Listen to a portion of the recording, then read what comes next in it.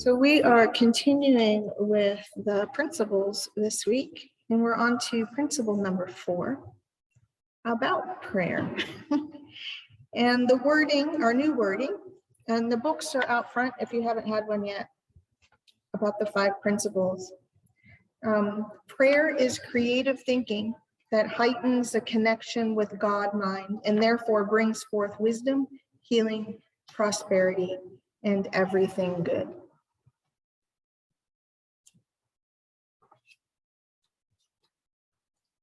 Then we start thinking about, well, what does that mean to pray? What is that? If that's the connection, then what is that? Prayer is the creative thinking.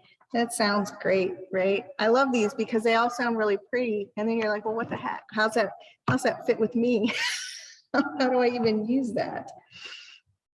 And in sitting with that this week, the idea that really there's nothing against us, either externally or internally. And we find that through that connection of prayer, or we are all living on a rock in the middle of nothingness, right? And then it's like, well, what does that even mean? And I want to put forth the idea that living here is like winning the universal lottery. You just got your trip, all expenses paid to the universe's Disneyland right here on planet Earth. And all of our experiences, and we are here. I mean, what are there?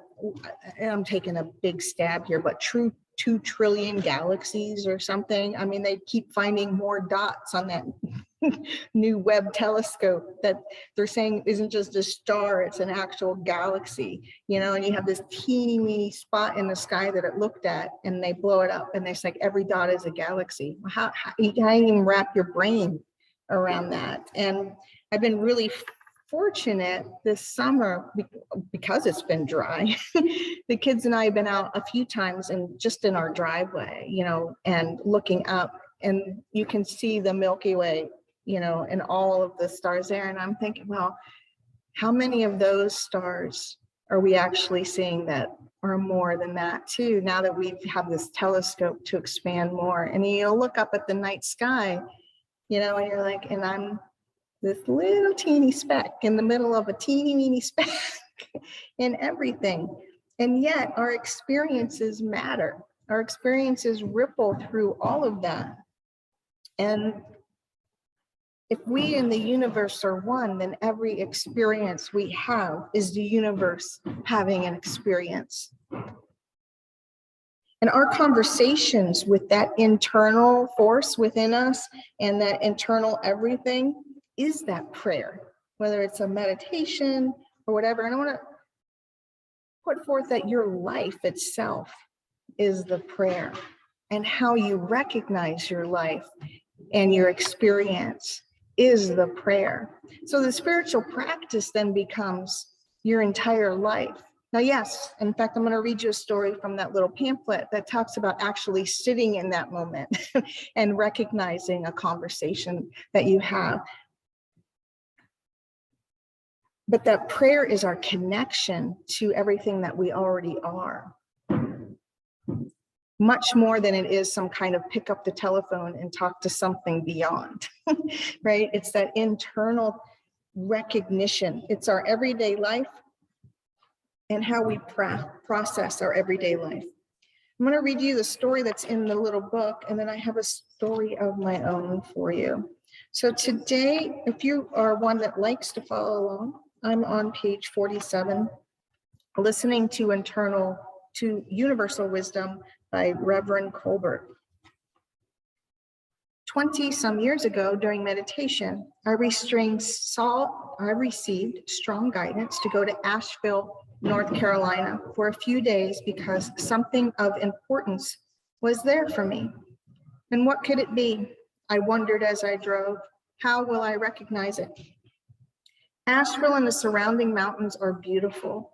I set my intention to be receptive and aware, but after 2 days, I felt no signs of further guidance or any important gift.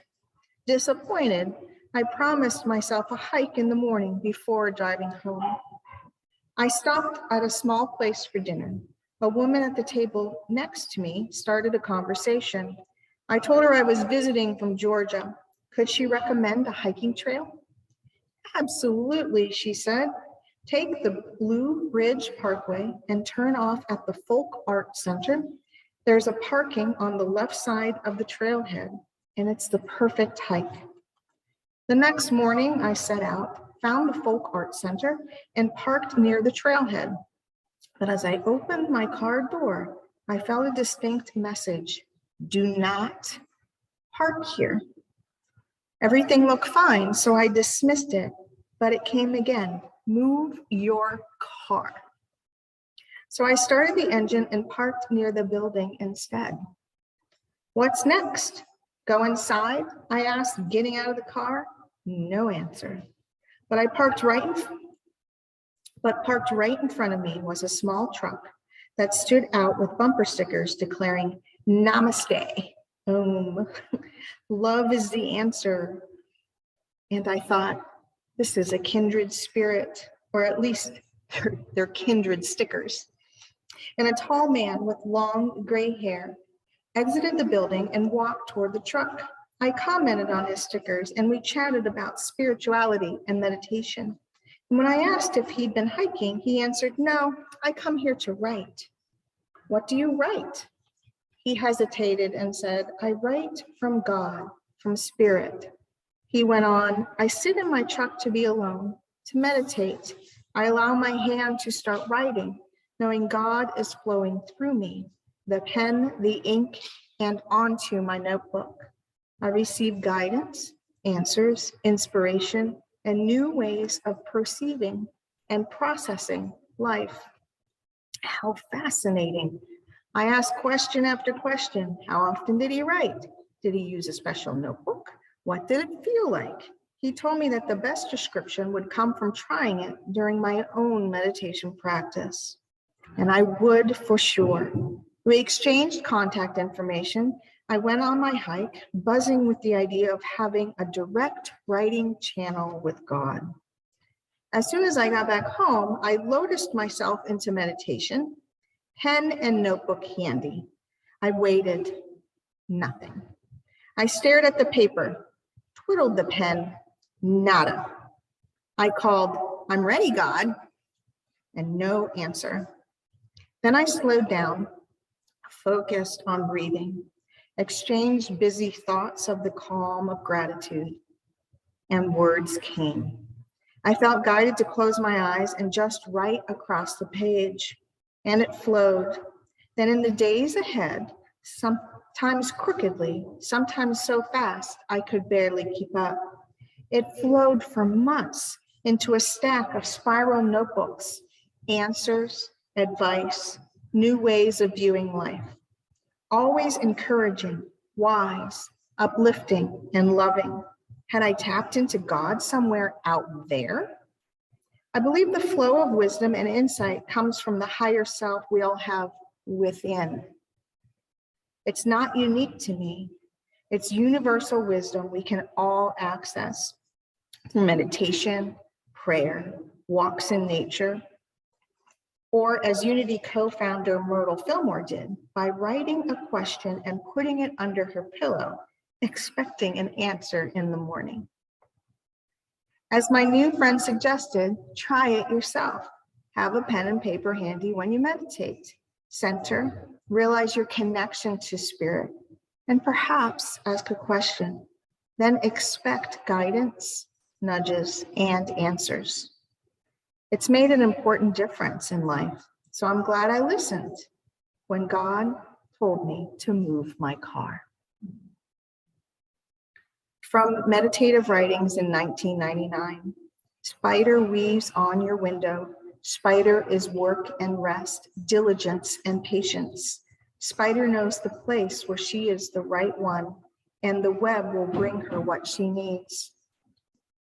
The universe is your web, open to this day, this moment, this your freedom to fly and to weave.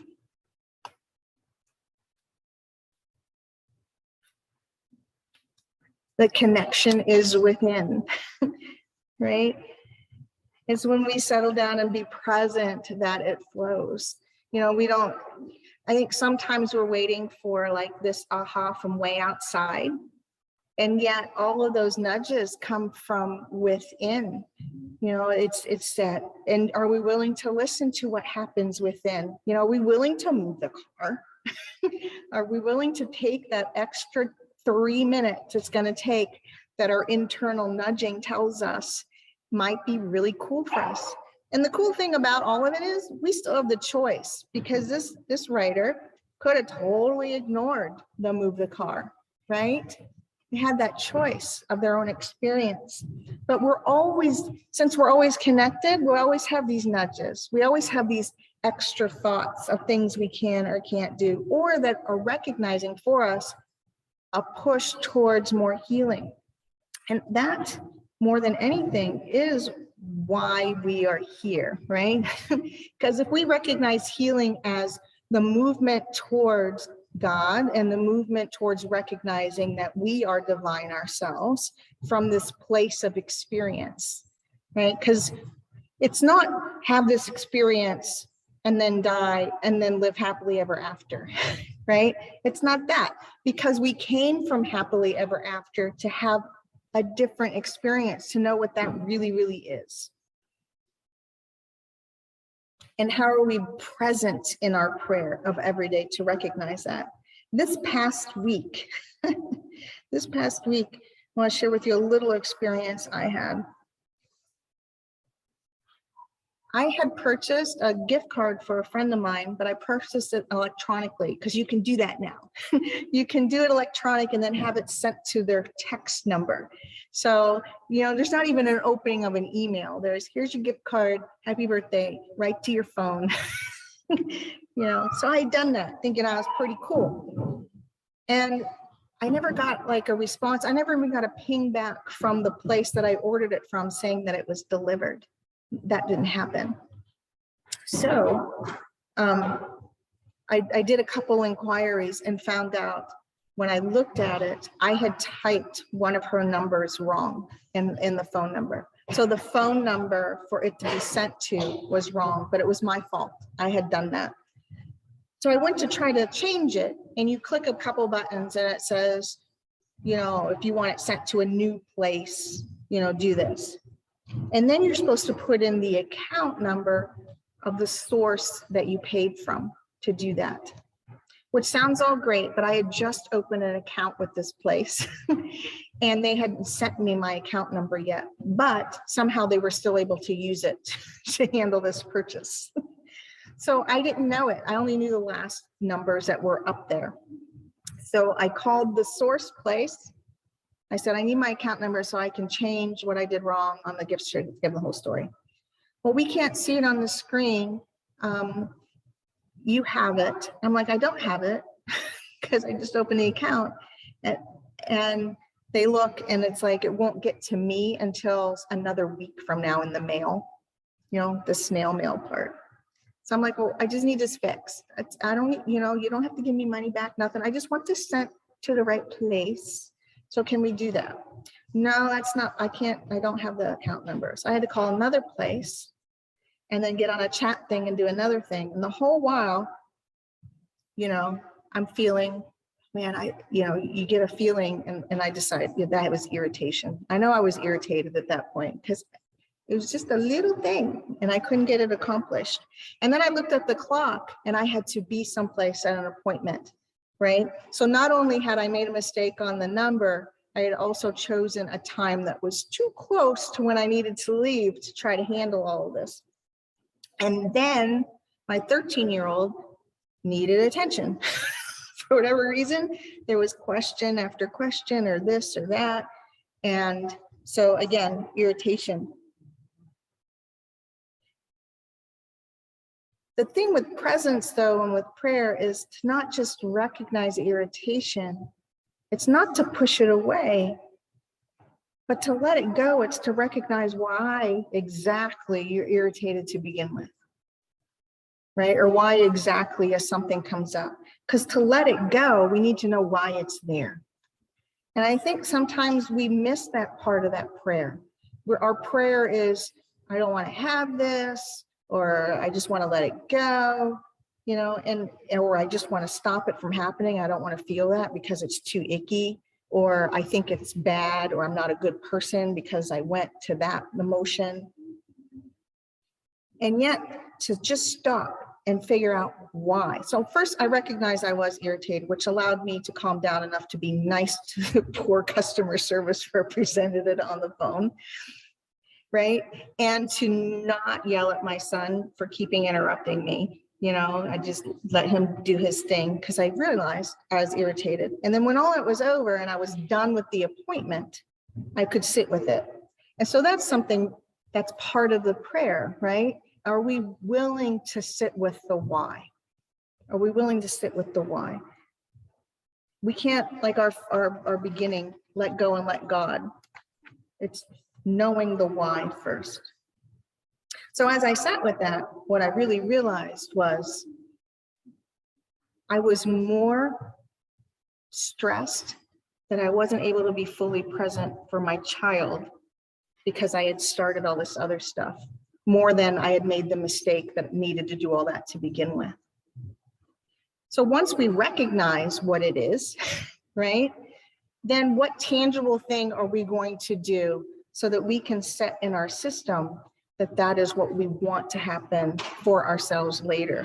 So the next day, when I realized the same thing from him in terms of things that he needed, I said, okay, if you wait like 10 minutes, I'm going to stop everything and we're going to go do this thing together. And in that case, it was watering and doing something with the garden, you know, that he had started.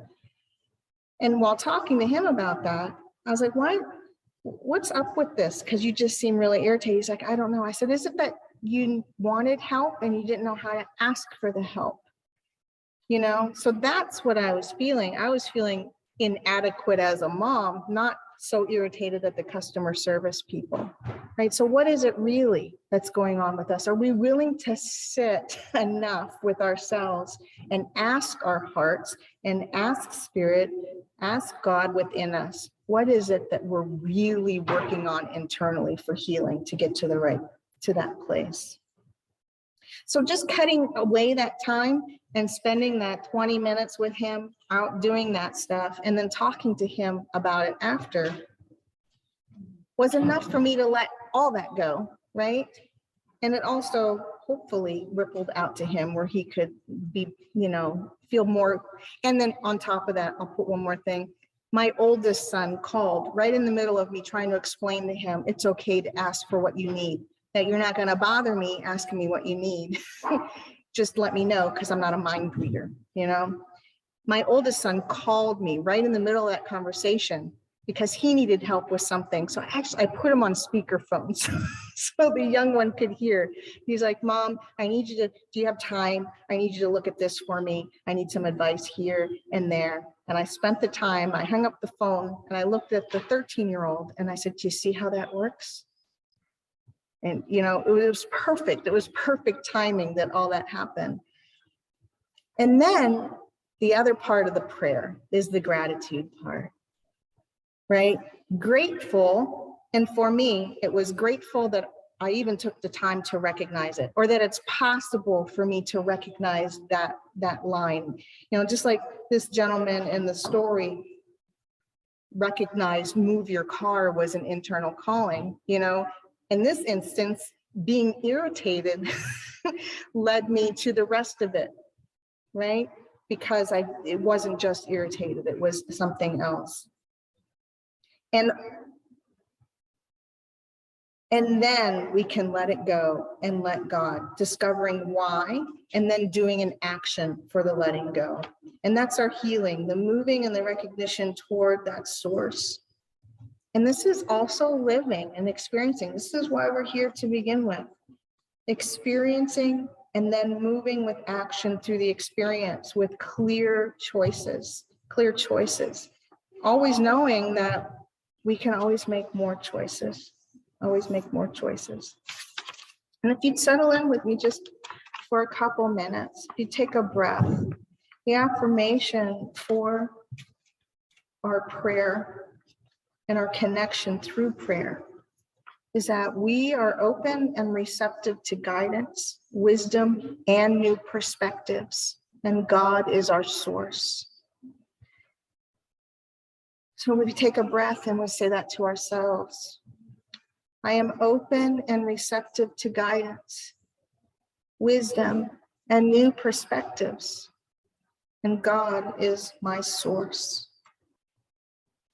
Relaxing now in that breath and focusing. Recognizing any thoughts of doubt and releasing them. Recognizing thoughts of worry. Allowing ourselves to know where they come from and what they really mean. And releasing.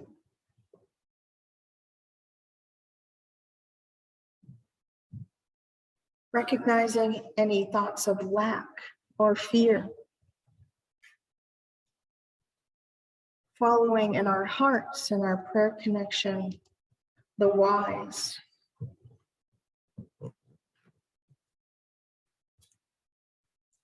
Recognizing what we can do with that. With something tangible. And releasing. Turning within to the core of our being. That heart space where we remember and feel our connection to Source. Breathing with calm and gentle knowing that God is with each of us, within each of us. That each moment is divine as we are divine.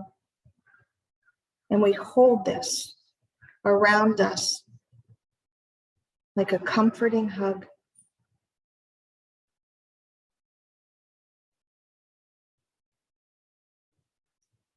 We are open to guidance.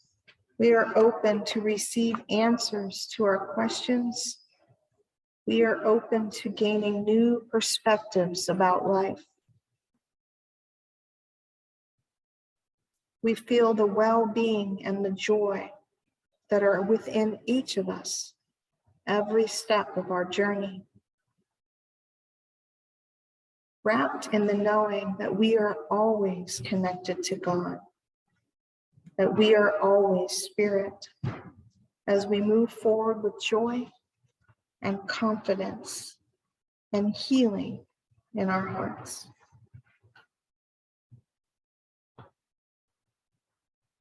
Amen.